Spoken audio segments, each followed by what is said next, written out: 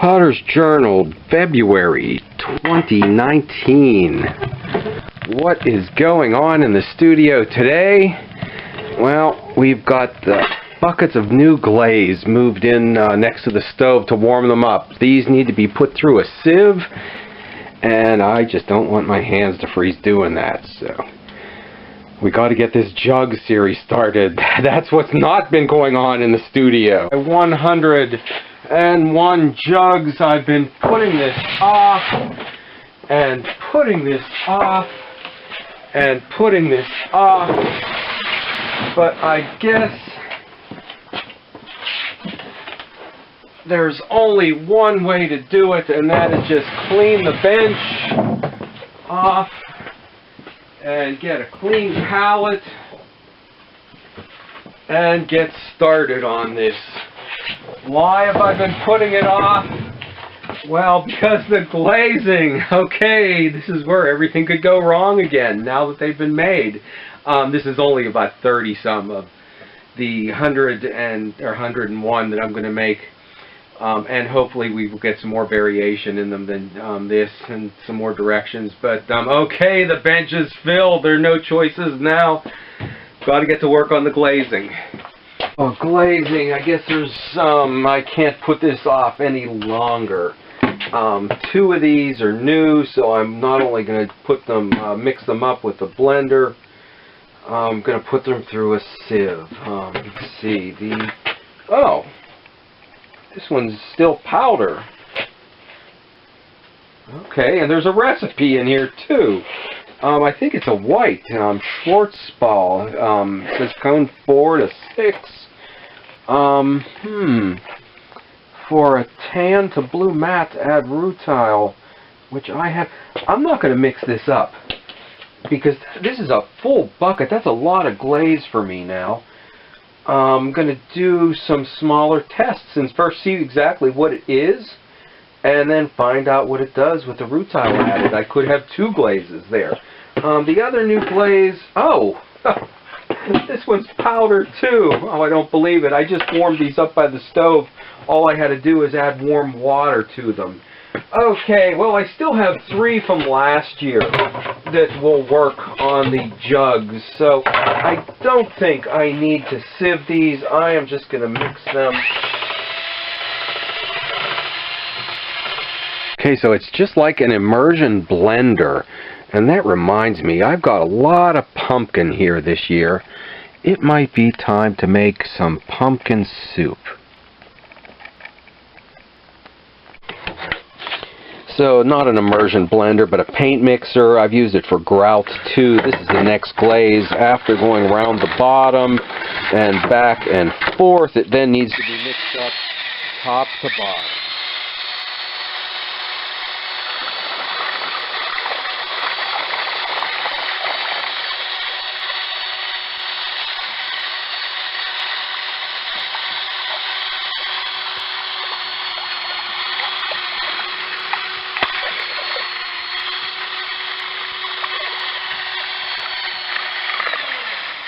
Okay, and that's a true Albany slip glaze. Here in the oven, we roasted that pumpkin. And in addition to that, we have got some turnips and onions. Okay, this is going to be a roasted pumpkin soup. We will add a vegetable stock, some cumin, and get that blender from out in the studio and do the same thing in here and simmer that on the stove. Some warm water. This Ohata did not have a recipe. I don't think it's in my book, recipe book, so we will just use hot water and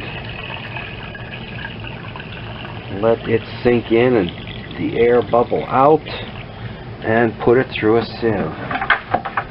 Okay, 80 mesh. While the soup simmers, we get to the real job I've been putting off, the glazing.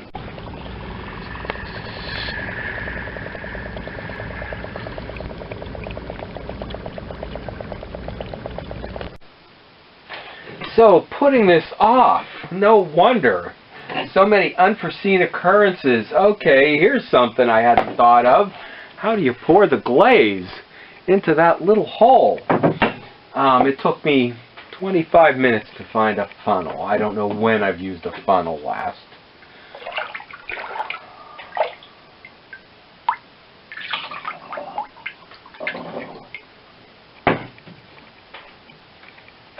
And we still got a drip. And okay. The big ones are big enough to pour in, but still, we would get a drip. And I am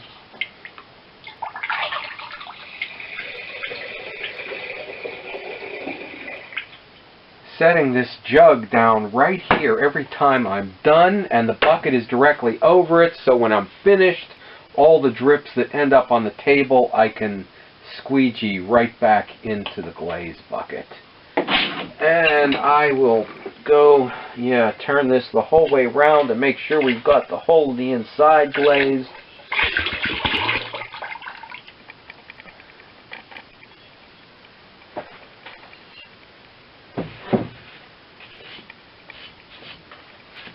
And I don't want those drips to show as drips, so we'll rub those off.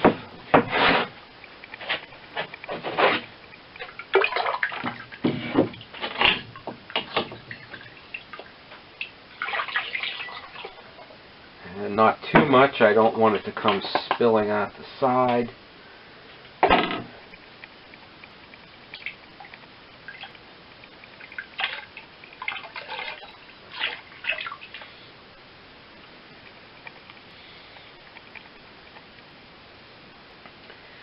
Okay, and I have developed a technique for these things.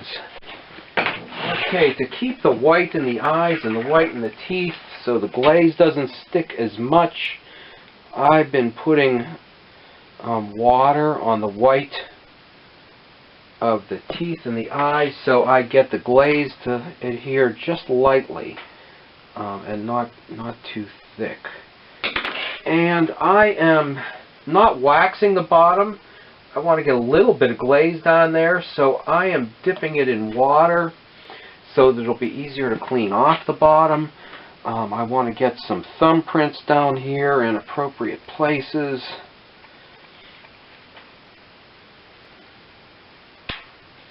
Oh, and you know what? I'm not glazing the bottom of this.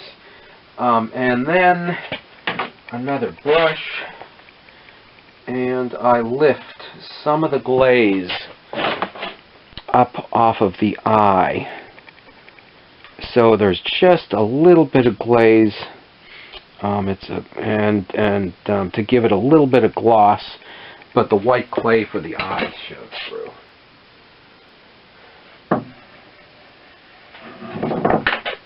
And this time, I will glaze this the whole way, and I forgot to do the eyes. But still, this technique of brushing it off right away while it's still wet seems to be working, and the same with the teeth.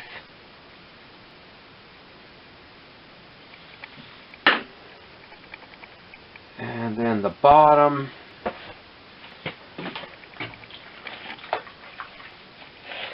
By not waxing, but by rubbing it off on the bottom. Okay, it leaves just a little bit of glaze, and it leaves it in the signature and in our 1 of 100 Jugs stamp, and it gives the bottom a little nicer look. I wouldn't do this maybe on production pieces, but since this is a special series, they're getting a little extra attention. So the last one here, are we getting it worked out, the technique? I want the glaze to stick only lightly to the eyes and the teeth. So by brushing a little bit of water, it helps to, it keeps the glaze from sticking a lot there, and it helps to clean some of it off. And I will do the same thing with the teeth. And then the bottom, I'm going to clean off, but I am going to glaze, so a dip of water down there. And okay, yeah, I had a feeling there wasn't gonna be quite enough glaze in there. Okay, and we can start to rub off some of the bottom. Wow, this guy's heavy. I hope I don't drop him. Okay, and while this is wet, I will lift that glaze off the teeth and off the eyes. And okay, I am going to have to flip him over before I drop him. Okay, and got some glaze back up there. Okay, this guy is a little tougher than the little ones. Oh, the last one. I did not think today was going to happen. Okay, here we go. We've got this special technique on the finger marks where I lightly glaze them. We've got the light glazing going in the grooves on the special stamp, one of 101 jugs. We've got the glaze lightly brushed out of the teeth and the eyes. I did not think today was going to happen. I turned off because we had to mix the glazes. We had to start from scratch. Not that I did that much here. I put away the classical and the Gregorian chants that are great in the wintertime, and I will put a link up here. You can open it in another window to the Psychedelic Furs, and that helped to wake me up here today too.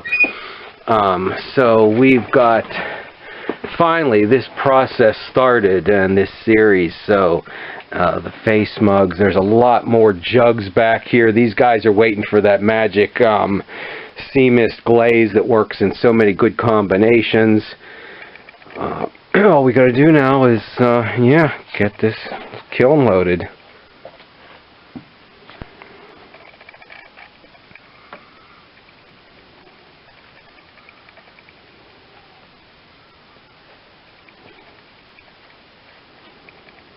Why did pumpkin have to be the vegetable to do so good in the garden, and squash? Will we ever get rid of it? Okay, stop back and subscribe to see those jugs glazed. And when is playing with your food not playing with your food? Well, this is a slip, Pennsylvania redware slip technique. And let's try it out and practice here with the soup. So we are not playing with our food. This is a technique that we can bring to redware pottery, or maybe stoneware pottery too.